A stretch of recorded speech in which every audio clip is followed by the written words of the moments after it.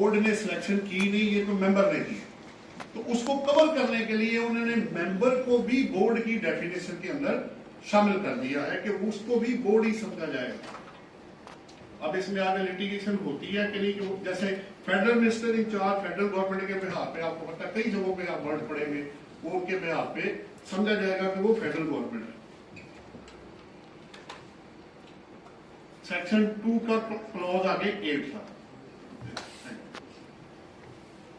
Chief commissioner जी, चूंकि अभी बात हो रही थी इन्वेस्टिगेशन की, तो वो चीफ इन्वेस्टिगेटर है, उसको भी चीफ कमिश्नर की डेफिनेशन के अंदर डाल दिया गया। सरचार्ज जी, आपको पता है इस दफा 2-3 पॉइंट्स है इसके अंदर। वो ये है कि अगर आपकी टोटल टैक्सेबल इनकम 10 मिलियन से एक्सीड करेगी तो आपको 10% जो सरचार्ज होगा वो पे करना पड़ेगा। अच्छा, अब इसमें क्वेश्चन 2 जो मेन चीजें हैं वो इसके अंदर ये है। पहले तो सेक्शन 4A भी है जो इंसर्ट किया गया है, नंबर 1। दूसरी बात यह है कि इसकी एप्लीकेशन इंडिविजुअल एंड एओपी पे की गई है, इसमें वर्ड कंपनी इस्तेमाल नहीं किया गया। वो चूंकि सुपर टैक्स और अदरवाइज और भी उनपे है, इस वजह रेट भी उनका ज्यादा है, इस वजह से वो या उसको इनकरेज भी वो कर रहे हैं।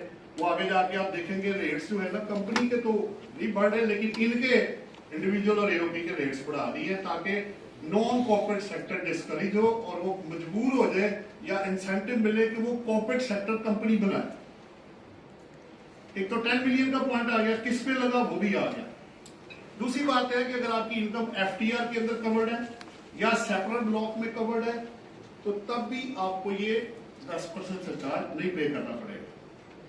और ये एप्लीकेशन इनकम टैक्स के ऊपर होगी। अगर आपको सुपर टैक्स लग रहा है तो फिर ये सरचार्ज उस सूरत में एप्लीकेबल नहीं होगा उस सुपर टैक्स पे।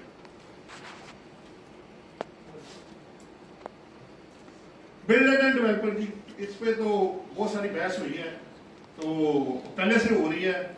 एक्चुअली इशू ये है कि ये हुआ क्यों है, थोड़ा सा मैं 1-2 मिनट आपसे लूंगा। हो ये रहा था कि बिल्डर और डेवलपर क्या कर रहे थे, तो वो एडवांसेस फ्रॉम कस्टमर शो करी जा रहे थे। प्रॉफिट 1 रुपए का नहीं, 1 अरब रुपया एडवांस देना। देखने वाला परेशान, भाई 1 अरब रुपया आ गया, मुझे कुछ मिला ही। तो फिर पहले आपको याद होगा कि एरिया बेस्ड टैक्स इसको लगाया गया अंडर डी, जो लोगों ने अवेल किया, लिया या नहीं लिया वो उसकी चॉइस थी। नंबर 1। फिर एडवांस टैक्स आ गया इसके अंदर, वो भी उन्होंने एरिया बेस अभी फिक्स किया हुआ है, वो अलग है, वो अब एरिया बेस अपनी जगह पे।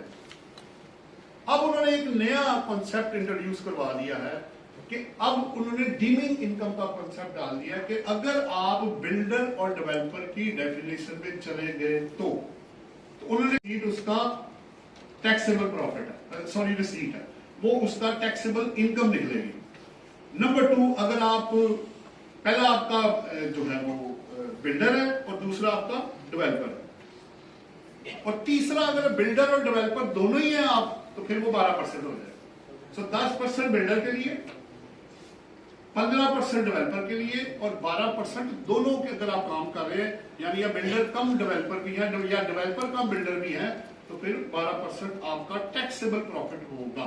नंबर 1। फिर उन्होंने ये कहा कि एक सवाल आया, हमने ये सवाल किया, क्या इनकम टैक्स ऑर्डिनेंस किसी बंदे की इनकम डिटरमाइन कर सकता है? क्या वो बताएगा कि इनकम कितनी होगी? बिल्कुल है नहीं। इनकम की डेफिनेशन में डीम्ड इनकम भी शामिल है, आप जाके पढ़ लीजिएगा।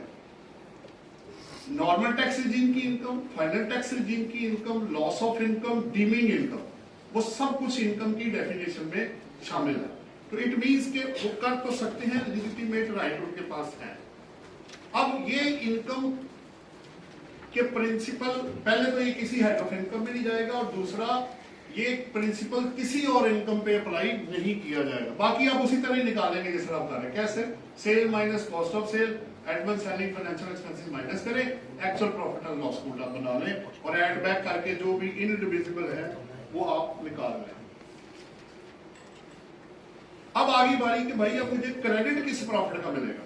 ये जी सर, ये इसमें थोड़ा कमेंट करेंगे आप कि देखें ये जो बिल्डर एंड डेवलपर की टैक्सेशन में बड़े अरसे से रास्ता नहीं निकल रहा है कि भाई वो इनकम डिस्टर्बेंस कैसे करें। कास्ट काबिल कर हो रही होती है, प्रॉफिट काबू आता है, एडवांस मैच ही नहीं करते। मैं सर तो ये कुछ बेहतरी नहीं हो जाएगी? बिल्कुल बिल्कुल बेहतरी होगी। अब देखे ना, अब इश्यूज जो है ना वो असल में पता क्या है, कुछ लोगों को शायद पता नहीं कि section 36 already available, stage of completion base पे इनकम टैक्स लॉ में सेक्शन अवेलेबल, वो बताता है कि आप अपनी स्टेज ऑफ कंप्लीशन से इनकम निकालें।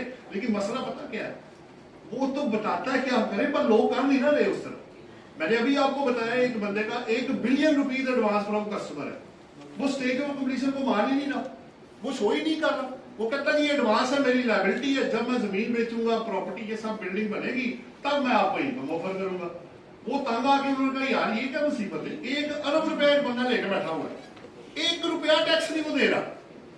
अब सोचे कि किस तरह टैक्सेशन ऑफिसर के हाथ बांध दिए उसने, वो कर ही कुछ नहीं सकता। तो मजबूरन पहले फिर उन्होंने एरिया बेस्ड टैक्स लगाया।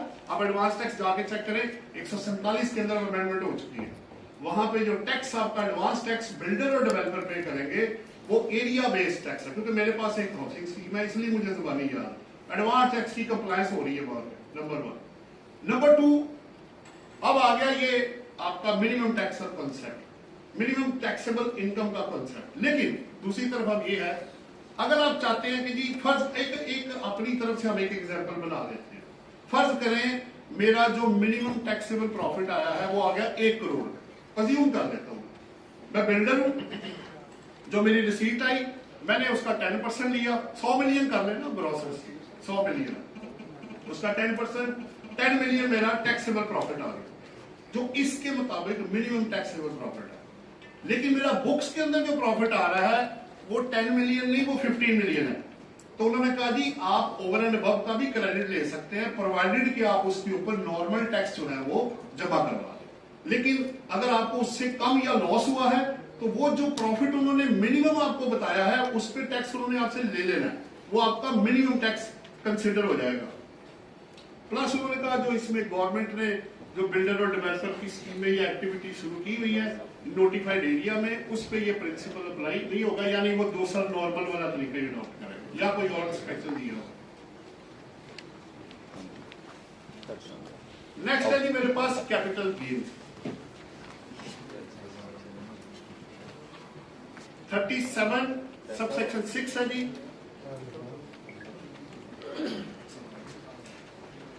उसमें यह था कि जो शेयर्स थे आपके,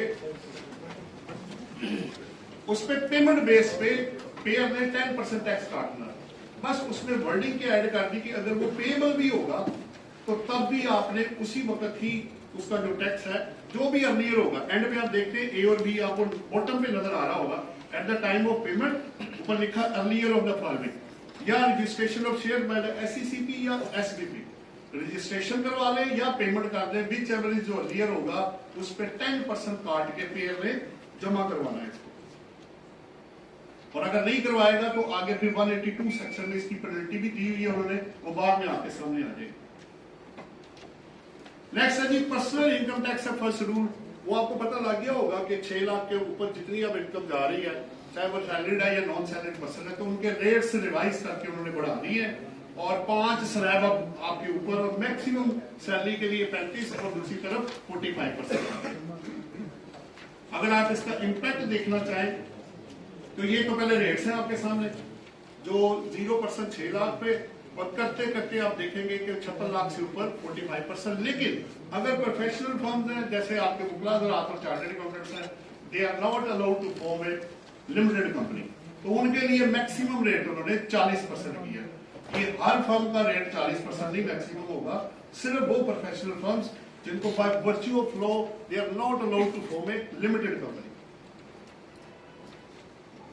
अब ये इम्पैक्ट है जी उसका 24 और 25 का, ये तो अब आप लोगों को पता लग गया हुआ है कि जो 24 में ऑब्वियसली जो रेट जो टैक्स लगा है वो 25 में ज्यादा हो जाएगा, और उसका इफेक्ट आपको साफ आगे नजर आ रहा है। किसी का 15,000 से बढ़ गया, आप देखिए नीचे 12,25,000 भी है, तो डिपेंड करेगा किस में आप फॉल करेंगे, उसके मुताबिक आपकी टैक्स ऑब्वियसली पहला सिर्फ नहीं बढ़ेगा, वो 6 लाख पे 0%। ये नॉन सैलरीड है जी, इसमें भी आपके सामने रेट्स है, 41 लाख से ऊपर जो है अब आपका वो 35% है। स्टैंडर्ड परसेंटेज 6 लाख उसी तरह ही, ये उसका इफेक्ट है। अब पहले को अगर देखें तो डबल हो गया है, बाकी इसी तरह करते करते गर्ज ये है कि तमाम केसेस में टैक्स चाहे 1 रुपया बढ़ा या जितना भी बढ़ा वो इंक्रीज कर गया है, डाउनवर्ड की तरफ नहीं है, अपवर्ड की तरफ है। लेट फाइलर भी जैसे अभी उन्होंने कहा था अब्दुल सलाम साहब ने कि पहले था, शुरू में था फाइलर एंड नॉन फाइलर, फिर आ गया active tax payer and non active tax payer, अब तीसरा एक आ गया लेट फाइलर। असल में किस्सा ये है, एफबीआर या फेडरल गवर्नमेंट ये चाह रही है कि वो लोग जो अपनी रिटर्न वक्त में नहीं फाइल करते वो अपनी कंप्लायंस वक्त में करें। तो अभी फिलहाल उन्होंने 236C और 236K यानी purchase of immovable property and sale of immovable property और प्लस एफईडी, ये 3 चीजों को उन्होंने सिर्फ लेट फाइलर के लिए बढ़ाया है। अदरवाइज वो एटीएल और नॉन एटीएल का कॉन्सेप्ट भी, लेकिन अगर ये आपने मजबूर किया और तो हो सकता है ये और बढ़ना आगे जाके शुरू हो जाए।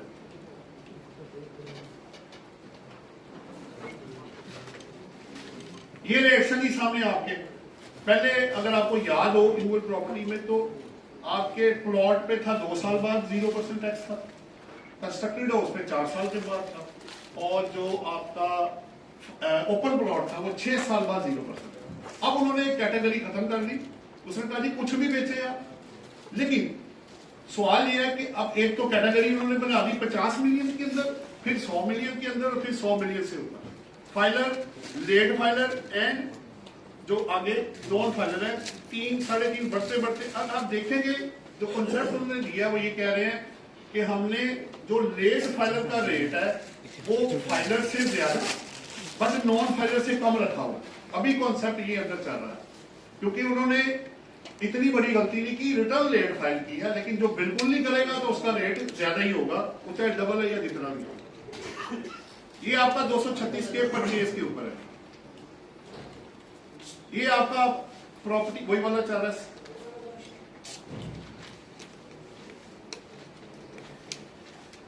अच्छा ये था जी आपका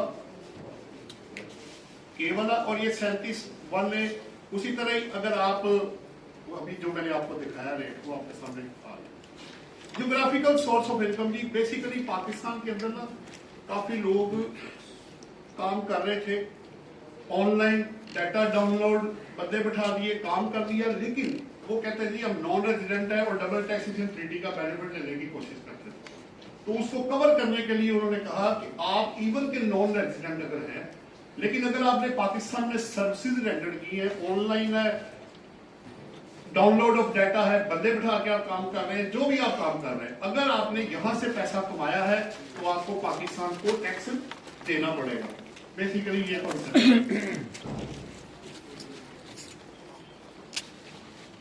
नेक्स्ट है जी अनएक्सप्लेन्ड इनकम और एसेट्स। इसमें एक बड़ी इंपॉर्टेंट अमेंडमेंट है जी।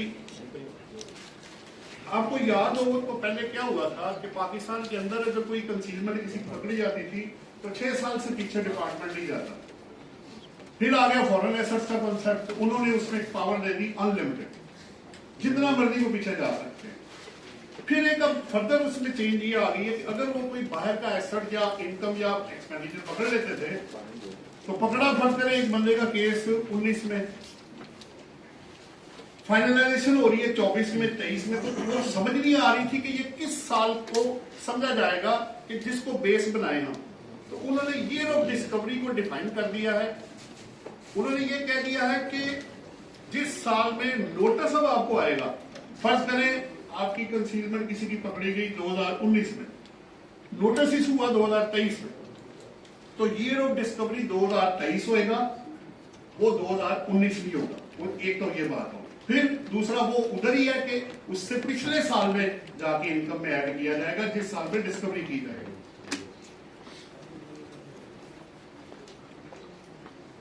236 ही जो मैंने पहले बताया आपको, उसी तरह इधर भी रेट आपके वो एक सेंटर के अंदर आपको लेट फाइलर फिर नजर आ गया 6, 7, 8, और उधर 10 ईयर नॉन फाइलर का और 3, 4, 5 अमाउंट के हिसाब से सी और के दोनों आ गए आपके पास।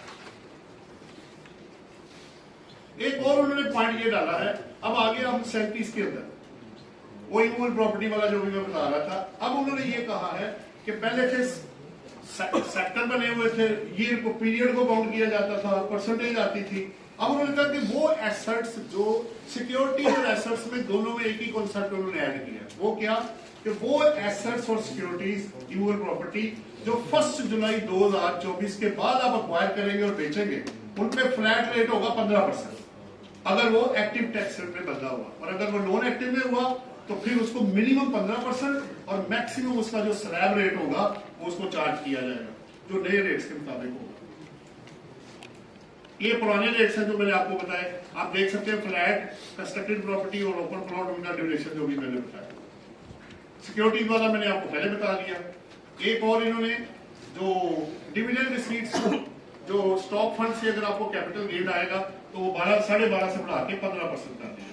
ये जो मैं अभी आपको बता रहा था कि गेन जो सिक्योरिटीज में होगा, जो एटीएल में 15% है, अगर इंडिविजुअल एओपी मिनिमम 15% वाला जो आपका स्लैब है, कॉर्पोरेट के लिए कॉर्पोरेट का रेट लग जाएगा। ये म्यूचुअल फंड के अंदर भी रेट बढ़ा दिया है।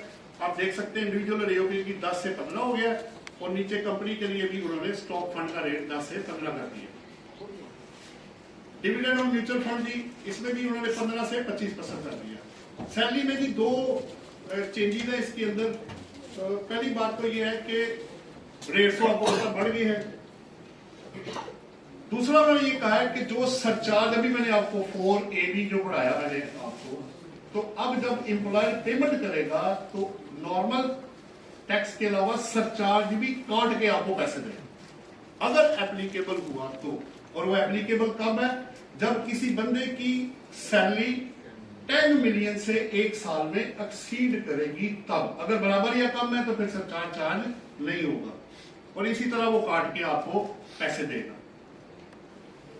एक्सपोर्ट का जी आपको पता है बड़ा शोर पड़ा रहा इसके अंदर कि जी ये पिछले साल भी हुआ था, 1-2 सालों से ये चलता आ रहा है कि एक्सपोर्ट्स को नॉर्मल टैक्स रिजीम में टैक्स देना चाहिए।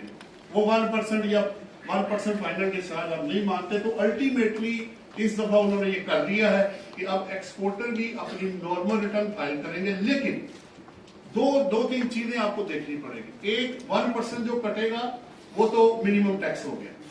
दूसरा, एक 1% और 147 सबसेक्शन 6 ही ऐड किया गया है, 1% और मजीद आपने देना है जो कि एडजस्टेबल होगा।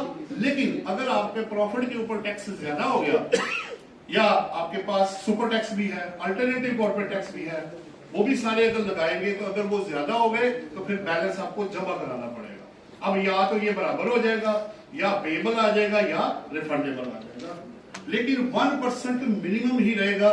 वो उन्होंने आपसे, यानी अब एक बंदे को एफटीआर से निकाल के वो टैक्स भी ले लिया और उसको नॉर्मल टैक्स रिजीम में भी डाल दिया। अच्छा, अब इसमें एक पॉइंट में सिर्फ बहुत देता चलूं आपको। 111(4) है, वैसे आज का टॉपिक नहीं है लेकिन आप वो ले रहे मुझसे। उसमें लॉ ये कह रहा है, ये पहले कही है, अभी जो रिटर्न आपने 23 में फाइल की थी ना, उसके अंदर भी ये कॉन्सेप्ट था कि अगर आपकी एक्चुअल इनकम एफटीआर केस में इंप्यूटेबल इनकम से ज्यादा हुई तो आपको चार्टर्ड अकाउंटेंट से ऑडिट करवा के ऑडिटेड अकाउंट फाइल करने पड़ेंगे, वरना आपकी रिटर्न इनवैलिड हो जाएगी या शॉर्ट डॉक्यूमेंट्स को ऑब्वियसली आपको 120(3) का नोटिस आ जाएगा। एक और पॉइंट, अगर ये नॉर्मल टैक्स रिजीम में गया है तो अब आपको एक, अगर इन केस एक्सपोर्टर को लॉस आ गया तो वो लॉस हम कैरी फॉरवर्ड भी कर सकता है और एडजस्ट भी कर सकेगा अगर लॉस आया तो। और ये अमेंडमेंट क्यों की गई थी? ये आपकी रिफॉर्म रिसोर्स मोबिलाइजेशन कमीशन है, उन्होंने कहा था कि जी 200 बिलियन हमने आपको पहले ही कहा था, अब तक 400 हो जाना था, हमने 200 बिलियन लूज कर दिया है। वो ये कह रहे हैं आगे।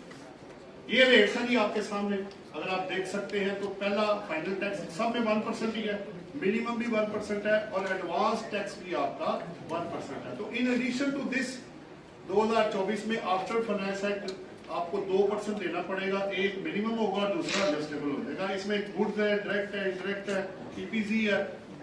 अच्छा, मैं एक नॉलेज पर्पज के लिए आपको शेयर करता चलूं, ये जो लास्ट 3 वाले हैं ना, export by EPZ, sale of goods by indirect exporter to certain direct exporter and clearance of certain goods, मैं एक दफा होमवर्क कर रहा था, तो क्योंकि being as a professional teacher मुझे और भी बहुत कुछ सोचना पड़ता है। क्या विद होल्डिंग में कोई ऐसा सेक्शन है कि जिसमें पेमेंट ना हुई हो लेकिन विद होल्डिंग टैक्स लग जाए? ये वो 3 सब सेक्शन है आखिरी 3। इनमें पैसा भी नहीं आया होता लेकिन फिर भी आपको टैक्स 154 में जमा कराना पड़ेगा। अगर आपने गुड्स क्लियरेंस करनी है ईपीजी से या इंडायरेक्ट एक्सपोर्टर को या नीचे एक्सपोर्ट, या आप जाके इसको देख लीजिएगा, at the time of payment नहीं है, एट द टाइम ऑफ जो क्लियरेंस है उस वक्त है, जब निकलेगा वहां से। तो दीज आर दी 3 सब सेक्शंस वेयर इवन के पेमेंट नहीं भी हो रही लेकिन टैक्स जो है वो स्टेट को जमा कराना पड़ेगा। चले टेलीफोन यूजर जी, उन्होंने देखा कि लोग नहीं इस तरह काबू आ रहे हैं। तो पहली बात तो ये है कि आपको पता होगा रेट्स तो उन्होंने बढ़ा दिए कि अगर आप नॉन एटीएल में होंगे तो 15% जो टैक्स था उसको 75% तक वो बढ़ा देंगे, नंबर 1। बाकी अगर और भी है वो मैं आपको आगे जाके बताता हूँ। बाकी वो जो ऑर्डर है आपको पता है इस वक्त वो बाहर जाने वाला, वो आगे पॉइंट आ रहा है, मैं करता हूँ। लोअर सर्टिफिकेट जी, अब चूंकि आपको पता है कि उन्होंने कमिश्नर इनलैंड रेवेन्यू की जो एग्जम्पशन सर्टिफिकेट की पावर है कुछ जगहों पे इंटैक्ट रख ली है, कुछ जगहों पे फारग कर दी है। अब आपको एग्जम्पशन सर्टिफिकेट रिड्यूस रेट का जो कि मैक्सिमम 80% तक होगा वो दिया जाएगा।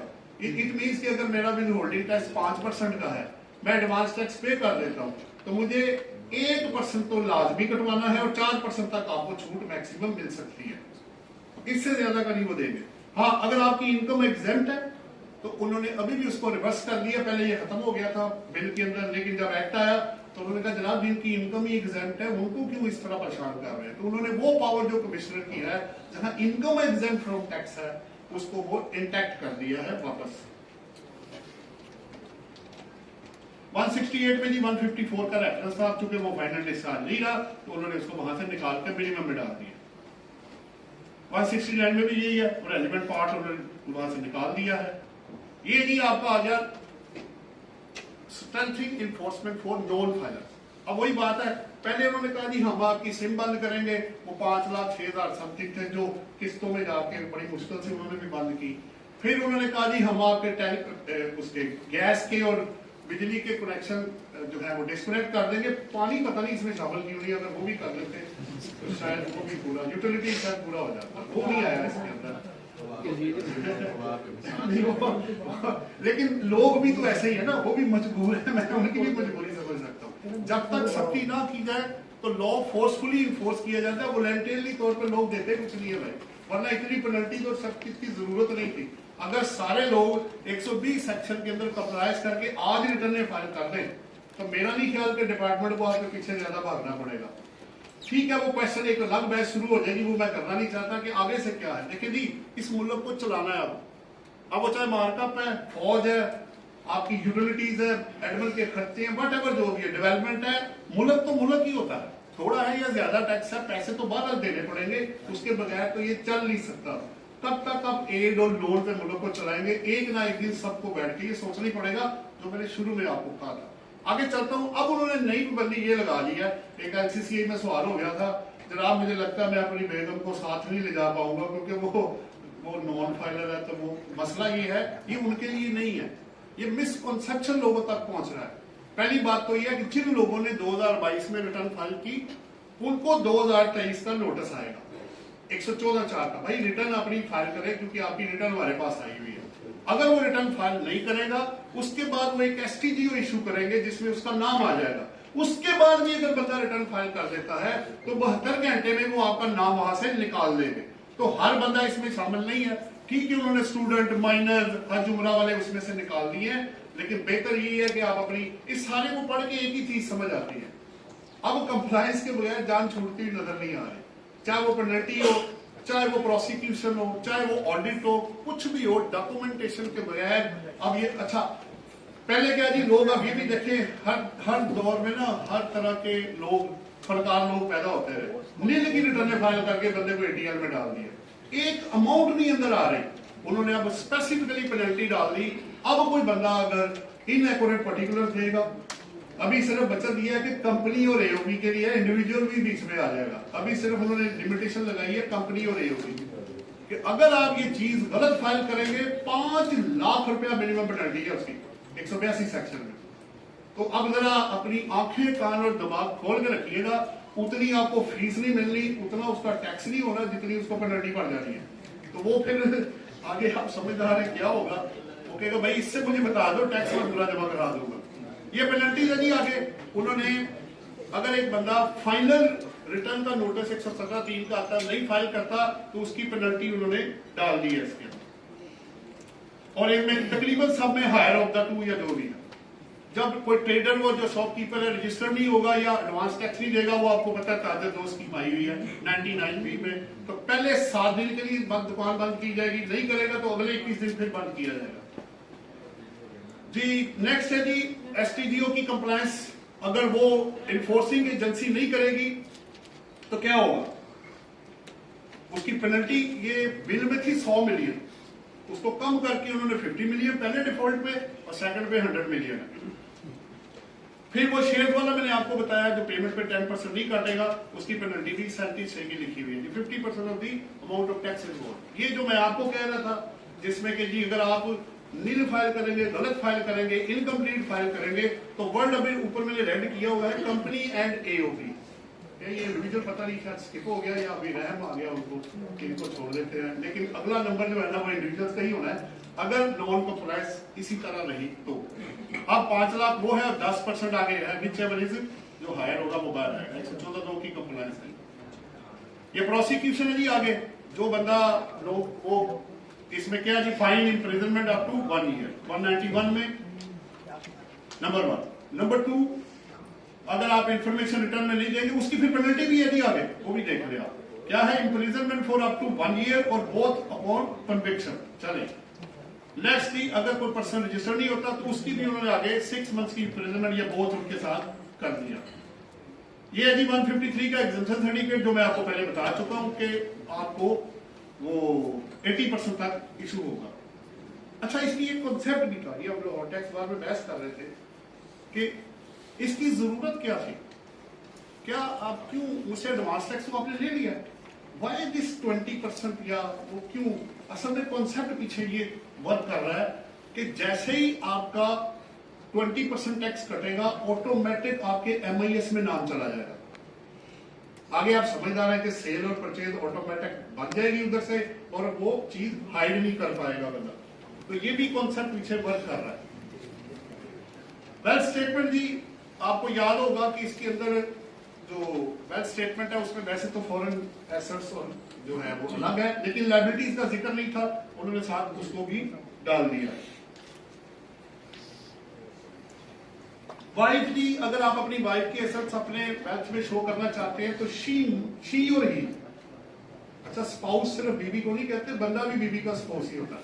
ये भी जरा पॉइंट नोट करने वाला। कहीं औरत वर्किंग वूमेन है तो बंदा काम नहीं कर रहा, बंदा काम कर रहा है तो औरत हाउसवाइफ है, दोनों वर्किंग का काम कर रहे हैं, दोनों ही घर बैठे हुए को पता नहीं है। ये तो डिपेंड करता है केस टू केस बेसिस पे। सवाल अब ये है कि अगर आप अपने स्पाउस का शरीके हयात पे एसेट्स अपनी वेल्थ में शो करना चाहते हैं तो ही और she must be A dependent.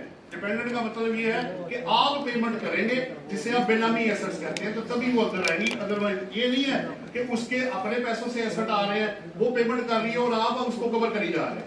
आपका कोई लेना देना नहीं उसके साथ, आप अपने एसेट अलग शो करेंगे और उसके एसेट्स अलग शो करेंगे जो उसने खरीदे होंगे, अनलेस ही और शी इज डिपेंडेंट। और डिपेंडेंट उन्होंने यूज कर दिया।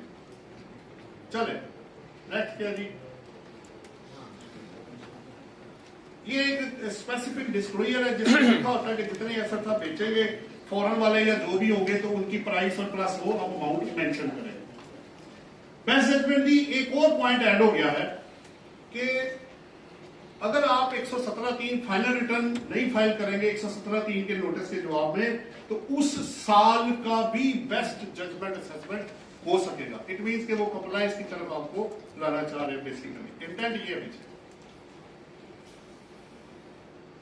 प्लस उन्होंने कहा जी सेक्टरल बेसिस पे आपकी रेशोज डिटरमाइन करके जो डिफाइन की गई है वो जीपी है, प्रोडक्शन है, रिकवरी वेस्टेज रेशो की बेस पे in respect of sector as में बी प्रिस्क्राइब, और बोर्ड इसको क्या करेगा, प्रिस्क्राइब करेगा बाद में। रिवीजन दी बेसिकली ये जो अमेंडमेंट थी ये आनी थी 127 के अंदर, तो जब अमेंडेड लॉज आए थे तो उसके अंदर ये चला गया था 122 से, तो वहां से डिलीट कर दिया और उसको स्पेसिफिक 127 के अंदर, क्योंकि रिवीजन में तो 20 मिलियन की कोई लिमिट नहीं होनी चाहिए ना, वो किसी भी अमाउंट की कर सकता है जो कमिश्नर ने कर ली है। अच्छा, अब ये जो आगे सेक्शन शुरू हो रहे हैं, मैं इसका एक ओवरऑल व्यू आपको एक चार्ट दिखा देता हूँ, क्योंकि इसमें अगर मैं गया तो आपको टाइम बहुत ज्यादा लग जाएगा। असल में हुआ ये था कि जब अमेंडेड लॉज आए थे तो आपको याद है कि अपील के प्रोसेस को, फाइलिंग को, डिसीजन मेकिंग को, उसको क्विक करने के लिए, क्योंकि उन्होंने कहा जी बहुत सारे पैसे हमारे इसके अंदर ब्लॉक हुए हुए हैं, तो फैसले जल्दी जल्दी आप करा लेंगे तो काफी रिकवरी आपको हो जाएगी। होती है या नहीं होती वो एक अलग बहस है, कहीं टैक्स पेयर विन कर जाएगा, कहीं डिपार्टमेंट विन कर जाएगा, वो अपनी जगह पर रहेगा, केस टू केस बेसिस पे। तो उन्होंने कहा अच्छा यार एक काम करते हैं कि ऐसे करें, पहली अपील जो फाइल करनी है ना, और जो दूसरी और तीसरी जो ट्रिब्यूनल में और हाई कोर्ट में जाना है रेफरेंस, उसका टाइम ड्यूरेशन कम कर दे, पहला 30 दिन, अगला भी 30 दिन, तीसरा भी 30 दिन, जो पहले 60 और 90 था सबको उन्होंने 30 दिन कर दिया।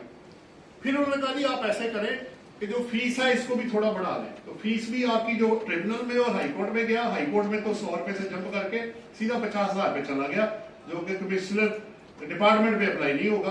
अच्छा चलो, फिर उन्होंने कहा जी फैसले भी जल्दी जल्दी करें, जितना जो ड्यूरेशन आप ले रहे हैं जी, आज अपील फाइल में पता ही कोई 3-3 साल फैसले नहीं हो रहे, ये क्या हो रहा है भाई? कोई एडजर्नमेंट ले रहा है, कोई कंडोनेशन ले रहा है, कोई कुछ कर रहा है, पेंडिंग पड़ा हुआ है, लाइन लगी हुई है, तो उन्होंने कहा जी इसका टाइम जो है ना उसको भी चेंज कर। सो इसके अंदर जाके प्लस उन्होंने ये कहा कि कमिश्नर अपील जो है इनकम टैक्स में 20 मिलियन, मैं आपको एक चार्ट दिखा देता हूँ, आसानी हो जाती है आपको। ये आपके सामने चार्ट मैंने एक स्पेशल बनाया है जो कि आपके काम आ जाएगा। सो पहला अगर आप देखें कमिश्नर इनर रेवेन्यू अपील, तो not exceeding 20 million income tax का वो कमिश्नर अपील के पास है इनकम टैक्स का। इसी तरह इसको आधा करते जाए, 20 का आधा 10 मिलियन, 10 का आधा 5 मिलियन, याद रखने के लिए। तो सेल टैक्स और एफडी ये कमिश्नर अपील्स के पास है, ट्रिब्यूनल के पास ऑब्वियसली इनसे ऊपर जितने जाएंगे वो उनके पास चले जाएंगे। हाई कोर्ट में मैंने जाना है, हाई कोर्ट में अब दो चीजें आपको ध्यान में रखनी है, एक क्वेश्चन ऑफ लॉ और दूसरा उन्होंने ऐड किया है question of law and fact, mixed question of law and fact. आपको पता होगा बीइंग एज ए लॉयर या एज ए चार्टर्ड अकाउंटेंट के जो हाई कोर्ट है वो ओनली क्वेश्चन ऑफ फैक्ट को एक्सेप्ट नहीं करता, वो कहेगा भी क्वेश्चन ऑफ लॉ या मिक्स क्वेश्चन अब अंदर आएगा तो रेफरेंस एक्सेप्ट होगा, वरना भाई जिधर से आए उधर ही वापस चले जाओ, अपनी भी जान माल वक्त बचाओ और मेरा भी बचाओ।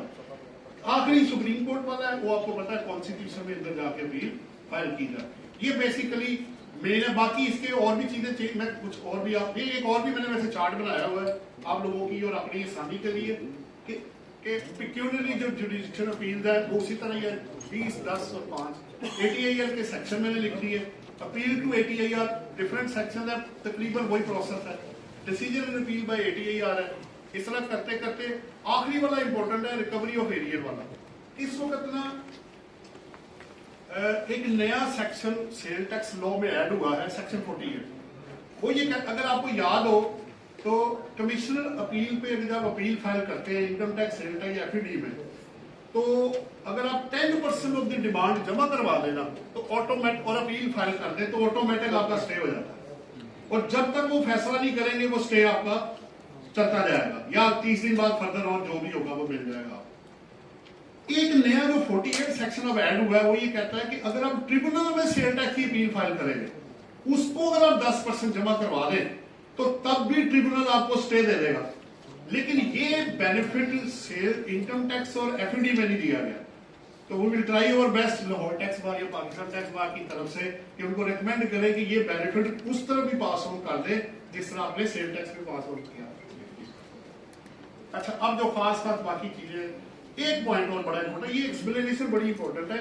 फर्ज करें आपने कहा जी इनकम टैक्स में 20 मिलियन से ज्यादा का जो केस होगा वो ट्रिब्यूनल में जाएगा, ये 20 मिलियन कौन सा है भाई, इस पे बहस शुरू हो गई। ये बिल के अंदर कुछ और था, बाद में एक्सप्लेनेशन इसकी जो है ना वो डाली गई। अगर मैंने एक रिटर्न फाइल की, छोटा सा एक सोल्यूशन बना लेते, एग्जाम्पल बना लेते, मैंने एक रिटर्न फाइल की, उसके अंदर मेरा टैक्स बनता था 10 लाख रुपए, मेरी लायबिलिटी थी 10 लाख रुपए जो मैंने जमा करा दी। इट मीन्स कि मेरा और डिपार्टमेंट का कोई झगड़ा नहीं है, मैंने खुद से एक्सेप्ट किया ये मेरा 10 लाख है और मैंने जमा करा दी। अब मेरी आगे अमेंडमेंट हुई, उन्होंने इसके अंदर 18 मिलियन ऐड कर दिया, या चले हम ऐड कर लेते हैं 19 मिलियन उन्होंने ऐड किया, 19 सारिया कुछ 5 मिलियन कर लेते हैं। अब अगर मैं 1 मिलियन को ऐड करके देखूं तो 19.5 है।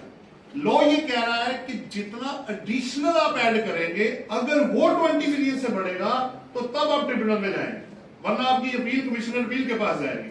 जैसे मैंने अभी फर्ज करें 20 मिलियन ऐड कर दिया, तो 20 तो ऐड किया, 10 मेरा अपना था, वो तो मेरी लायबिलिटी में ऑलरेडी आ रहा है, तो 20 में से पहले 10 माइनस होगा। इसका मतलब है कि अब मुझे ट्रिब्यूनल में नहीं जाना, मुझे कमिश्नर अपील के पास जाना है। ये पॉइंट उन्होंने क्लियर कर दिया। इसी तरह रिफंड के अंदर भी ये प्रोसेस है। भारत आगे चलते हैं जी, बाकी आप इसको पढ़ लीजिएगा, कौन किसके पास है जो खास चीज है वो है आपसे शेयर कर देता हूं। दिसंबर का वो अब्दुल सत्तार साहब ने आपको बता दिया, वो तीनों में उन्होंने डेट, क्योंकि लोड ऑफ वर्क बहुत ज्यादा था तो उन्होंने कहा जी हम तो नहीं उठा सकते ट्रिब्यूनल में, आप अपने फैसले जरा पहले खुद करें, जो पेंडिंग केसेस है, नए केसेस हम देख लेंगे, आप पुराने पहले निबेड़े जाके जाएगा। तो वो 31 दिसंबर 2024 है। एक पॉइंट और है जो बड़ा इंपॉर्टेंट है इसके अंदर, जितने भी फैसले पेंडिंग होंगे 16 जून 2024 से लेके 31 दिसंबर 2024 तक, उसकी पावर है कमिश्नर उसका फैसला करे, और अगर वो पेंडिंग रहा तो ऑटोमेटिक वो ट्रिब्यूनल में ट्रांसफर हो जाएगा। नंबर 1। अब वो फैसले, सवाल ये आ गया, वो फैसले वो ऑर्डर जो 3 मई से पहले बंदे को मिले थे, तो इली की जजमेंट है कि पुराना जो है वो पुराने के मुताबिक जाएगा और नया टाइम ड्यूरेशन उन्होंने 239 सब सेक्शन 18 में कवर कर दिया है। आपको अगर 60 दिन का टाइम है तो 60 ही है, अगर पहले 90 था रेफरेंस का तो वो 90 ही है। टाइम की हद तक 239 सेविंग सेक्शन में उसको सेव कर दिया गया है। बाकी वो 127 मैंने आपको बता दिया। ट्रिब्यूनल के मेंबर जी, इसमें 2-3 मेन चेंजेस है। अब आपके जो जुडिशियल मेंबर्स हैं उसमें हाई कोर्ट और जो सिविल कोर्ट के जजेस हैं उनको उन्होंने निकाल दिया है, तजर्बा थोड़ा सा उन्होंने बढ़ा दिया है, कौन कौन बंदे इसके मेंबर बन सकते हैं। फिर पावर पहले थी प्राइम मिनिस्टर के पास, वो आप फेडरल गवर्नमेंट ने ले लिया है। फिर एक कमेटी भी बना दी उन्होंने, परफॉर्मेंस रिव्यू कमेटी, जैसे हर डिपार्टमेंट, जैसे टैक्स ऑफिस में भी है, हमारे पास भी होती है परफॉर्मेंस रिव्यू कमेटी की। अगर कोई जज काम ठीक नहीं करेगा तो उसको उसकी बेस पे कभी भी रिलीज किया जा सकता है।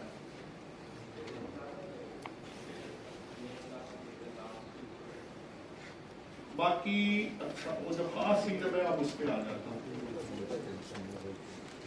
किसी को भी चेयरमैन अपॉइंट कर सकते हैं, बेंचेस वो बनाएंगे वो आपको पता है। ट्रिब्यूनल में जी एक खास चीज है कि एसओई जो है स्टेट ओन्ड एंटरप्राइजेज है, उनको उन्होंने कहा है कि आप पहले जाएंगे एडीआर के पास, अगर वो आपका फैसला नहीं करते तो तब आपको राइट ऑफ अपील मिलेगा, अदरवाइज आपके पास राइट ऑफ अपील नहीं है। और अगर टैक्स पेयर जाना चाहता है तो 50 मिलियन प्लस का अगर उसका कोई डिस्प्यूट होगा तो तब वो जा सकता है। बाकी उसके डेज और फॉर्म्स है वो उसी तरह ही है। अपील फी है ये उन्होंने बढ़ा दी है। एक और चीज उन्होंने की है इसके अंदर, उन्होंने ये कहा कि जो बंदा कमिश्नर अपील से रेफरेंस में जाएगा पॉइंट ऑफ लॉ या फिक्स क्वेश्चन पे, या ट्रिब्यूनल से रेफरेंस में जाएगा, तो 15 दिन के अंदर जो रिकॉर्ड उसने पीछे दिया था वो वहां प्रोवाइड करेगा फैक्ट्स को अपने को दिखाने के लिए। और फीस मैं आपको पहले बता चुका हूं, वो 100 रुपए से बढ़ा के उन्होंने रेफरेंस की 50,000 कर दिया। अच्छा जी, मैं अब इससे निकलता हूँ, कोई और क्वेश्चन होगा तो फिर आप मुझसे कर लीजिएगा। ये हाईकोर्ट आ गया आपका, ये हाईकोर्ट का जी एक्सप्लेनेशन नीचे बड़ा इंपॉर्टेंट है, उन्होंने कह दिया जो मैंने अभी आपको कहा कि जितने पेंडिंग केसेस हैं 3 मई के बाद या उसका जो फैसला होगा, ठीक है, वो आप नए लॉ के मुताबिक अब आपने सीधा कहां जाना है, रेफरेंस में जाना है हाईकोर्ट में। और हाईकोर्ट ये लिखा हुआ है 2 ही चीजें, point of law and mixed question of law and fact पे आपको एक्सेप्ट करेगा। इसका एक मतलब और भी है, अब जब आप जो भी अपील बनाए तो there must be a point of law, चाहे आप कमिश्नर अपील के पास हो चाहे आप ट्रिब्यूनल में हो, आप जहां भी जाएं आपको क्वेश्चन ऑफ लॉ मस्ट बीच में डालना है, या प्लस लॉ प्लस फैक्ट जो है, तभी आप आगे जा सकते हैं मिक्स क्वेश्चन। अदरवाइज अगर आप पॉइंट ऑफ फैक्ट, अब सवाल यह कि जो बंदा पॉइंट ऑफ फैक्ट पे हार गया उसकी फेट क्या होगी, बस फाइनल। इसका एक और मतलब भी है, अब आप पहले आप 2 फोरम पे लड़ते थे फैक्ट पे, अब एक है, या कमिश्नर अपील है या ट्रिब्यूनल है, अब 2 नहीं है, अब एक फोरम आपको मिलेगा, 2 नहीं मिलेंगे अब आप। इसका तीसरा मतलब ये है कि घूम फिर के भाई अपने रिकॉर्ड सीधे करो, अपने काम ठीक करो, इस तक नौबत ही ना आने दो कि आप इतना बड़ा केस बन जाए। कोशिश करें कि अपने रिकॉर्ड्स को अपडेट रखें और फॉर्मेलिटी जितनी भी है उसको पूरा करें। ना आपको पेनल्टीज में पढ़ना है, ना प्रोसिक्यूशन में, ना अपीलों में। क्यों इतने लंबे चक्कर में पड़ रहे हैं? पंजाबी जी कहते हैं जिन्हें खादियां गाजरा ते टेडो उन्होंने भीड़।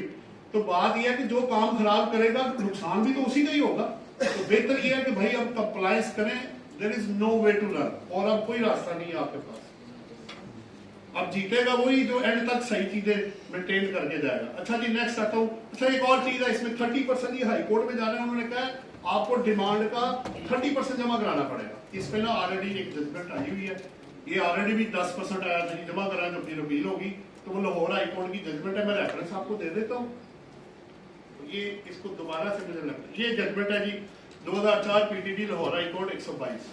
इसमें फंडामेंटल राइट है, क्लॉज 9 और 10A के मुताबिक अनकॉन्स्टिट्यूशनल है, क्योंकि पहले भी ये 10% कहा गया था जमा करें। अब देखें ना, आप मेरे अगेंस्ट फर्स्ट करें 100 मिलियन की डिमांड निकाल देते हैं, तो 100 मिलियन का 30% क्या हुआ? 3 करोड़ रुपया पहले मैं जमा कराऊं? मेरे लिए तो बहुत मुश्किल हो जाएगा ये। बहरहाल अब चुके हैं तो अभी मजबूरी है। ये जी फीसों का स्टेटस है, कमिश्नर अपील की चेंज नहीं हुई है। नीचे आप देख सकते हैं 5000 से 20000 होगी कंपनी की ट्रिब्यूनल में, और अदर्स में 2000 से 5000। और डेज आप देख सकते हैं ऊपर वाला सेम है, और ट्रिब्यूनल के और उसके जो अदर्स के हैं वो कम होके 30 पे चला गया। एडीआर जी इसमें तकरीबन चीजें उसी तरह है। सिचुएशन पहले 100 मिलियन थी, फिर उसको 50 मिलियन तक केस जा सकता है, लेकिन क्रिमिनल केस नहीं जाएगा। डिपार्टमेंट के लिए लिमिट कोई नहीं है, वो मैं आपको पहले बता चुका हूं। फिर बंदा क्या करेगा, वो डिस्प्यूट क्या है वो बताएगा, और साथ ऑप्शन बताएगा कि अब सोल्यूशन क्या है। मैं सोल्यूशन क्या लेके आया, कितने में जमा कराऊंगा या नहीं कराऊंगा। एसओई अपने जितने पेंडिंग केसेस है विड्रॉ कर लेगा, बाकी लिमिटेशन उसी तरह ही है। 90 दिन को रिड्यूस करके जो 6 माह थे उसको 90, हर एक का टाइम कम करते जा रहे हैं। कमिश्नर अपील का भी टाइम कर दिया कम, ट्रिब्यूनल का भी कम कर दिया, और हाई कोर्ट का भी कम कर दिया कि इतने अरसे में आपने फैसला लाजमी करना है ताकि क्विकली जो लिटिगेशन है वो रिजॉल्व हो। प्रॉफिट ऑन डेट पे जी आपको याद होगा नॉन एटीएल वालों के लिए था 15 से बढ़ा के 330 था, उसको उन्होंने 35 कर दिया। ये बड़ा इंपॉर्टेंट है जी, इस पे काफी हमारी बहस हुई है। 236 G&H, ठीक है। ये सप्लाई आपकी जो आप करते हैं इसकी सप्लाई चेन के अंदर, उसमें डिस्ट्रीब्यूटर, डीलर, होलसेलर और रिटेलर है। तो पहली बात तो ये है कि 2 काम तो उन्होंने किए। एक तो नॉन फाइनल के रेट्स बढ़ा दिए।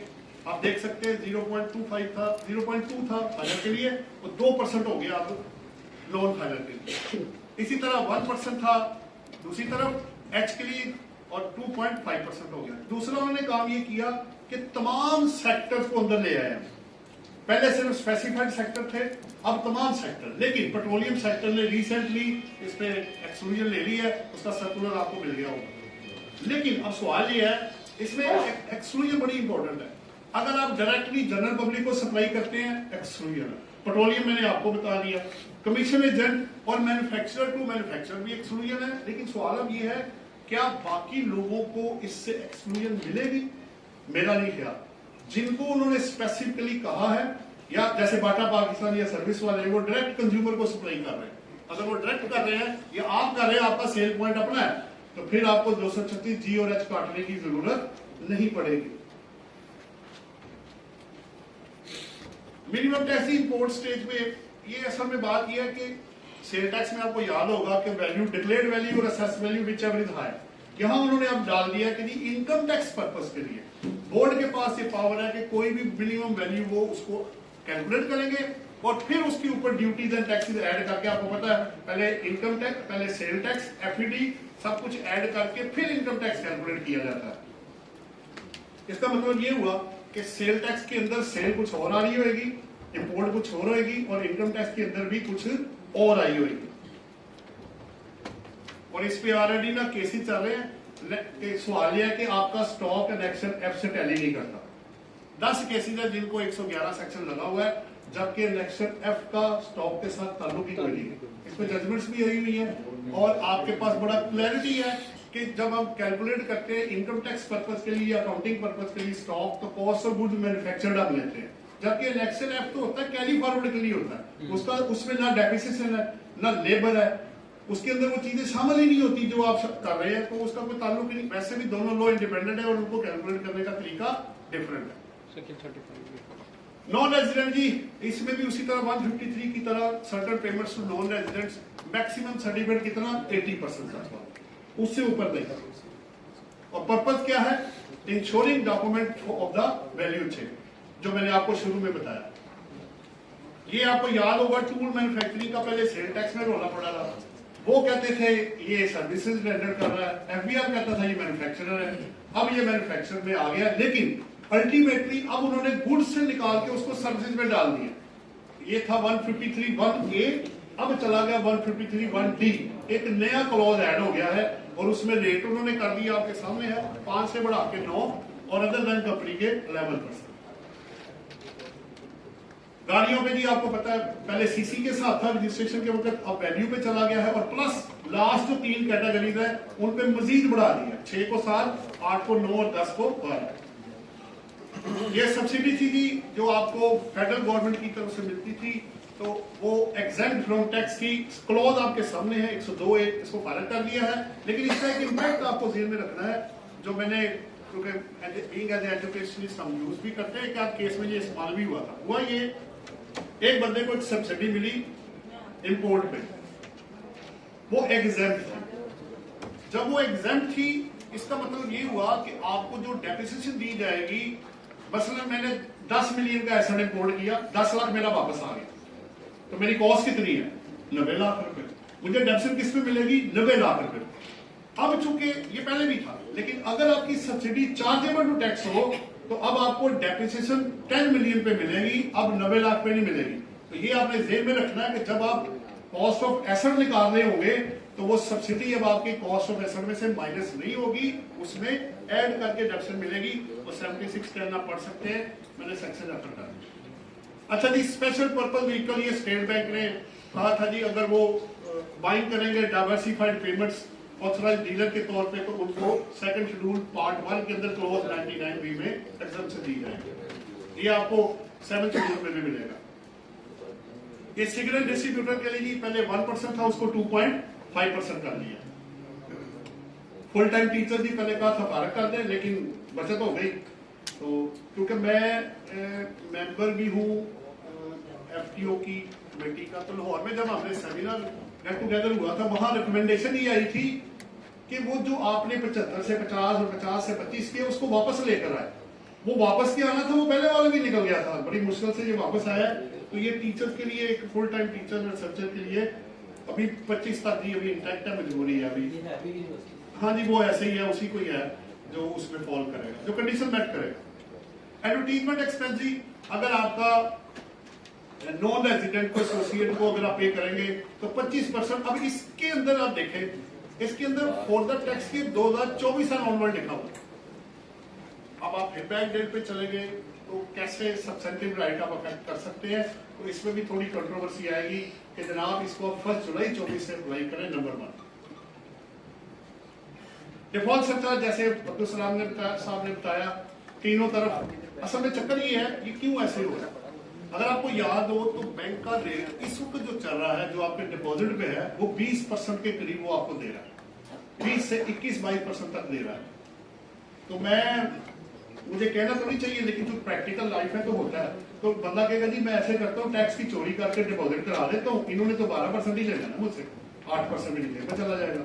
तो उन्होंने उसको पता लग गया कि भाई लोग ऐसे कर रहे होंगे, तो उन्होंने काइबर के साथ उसको टैक्स कर दिया प्लस 3% के साथ। ये असल में रीजन है इसके पीछे, ताकि लोग उस पैसे को मिस यूज ना कर सके। हाँ जी, ऐसे ही है। बल्कि अब तो नेशनल सेविंग सेंटर वाले भी इससे ज्यादा दे रहे हैं 12% से। पब्लिक सर्वेंट जी, अगर आप जैसे एक्सचेंज ऑफ इंफॉर्मेशन है, मुख्तलिफ एजेंसीज के साथ कॉन्ट्रैक्ट हुए हुए हैं एक्सचेंज ऑफ इंफॉर्मेशन के लिए, तो नादरा के साथ भी इंफॉर्मेशन आपस में एक्सचेंज कर सकते हैं। ये इसको पब्लिक सर्वेंट पर्पज के लिए उसमें ऐड किया गया कि इंफॉर्मेशन आप एक्सचेंज कर रहे हैं for broadening of tax base. फटाफटा जी आपको पता है वो 2024 पहले 23 को 24 किया गया, पिछले साल भी ये रोला पड़ गया था, एक दिन को खत्म करें। फिर उन्होंने एक और बढ़ा दिया है और सेल टैक्स में भी बाय चांस उन्होंने उसी को ही 25 तक एक्सटेंड किया है। तो अभी तो उधर जो बिजनेस करेंगे उनकी इनकम और विद होल्डिंग से उनको छूट मिल जाएगी। ये जी एक और ऐड किया है, ये कंफ्यूजन थी कि मिनिमम टैक्स 113 अगर सेक्शन पड़ेगा तो उसमें अगर एग्जाम्प्ट इनकम हो तो फिर भी 113 लग जाता है, लेकिन अगर लॉ आपको प्रोवाइड कर दे इन राइटिंग में तो उसी की तरह का एक क्लॉज उन्होंने डाला जी। 11A से छूट दी है, किसको दी है? जोन इंटरप्राइजेस को जो स्पेशल इकोनॉमिक जोन में आएंगे 10 साल के लिए, और प्लस होगा डेवलपर एंड जोन के लिए, subject to fulfilment of condition होगा, ताकि वो कंट्रोवर्सी दूर हो जाए कि इनको 113 सेक्शन से भी छूट दी जाएगी। ये मैंने आपको पहले बता दिया था, जो भी मैंने कवर किया था। ये थे जी PIS के लिए, आपको पता है चूंकि इनकी वो प्राइवेटाइजेशन कर रहे हैं तो उनको फैसिलिटेट करने के लिए कि आपका लॉस 17 से ऑनवर्ड 10, वैसे 6 साल के लिए कैरी फॉरवर्ड होता है, तो इसको दिया गया है 10 साल के लिए। तो अगर 17 का लॉस है तो 2027 तक आप कोई डेप्रिसिएशन तो आपको पता है अनलिमिटेड टाइम के लिए आने जाता है।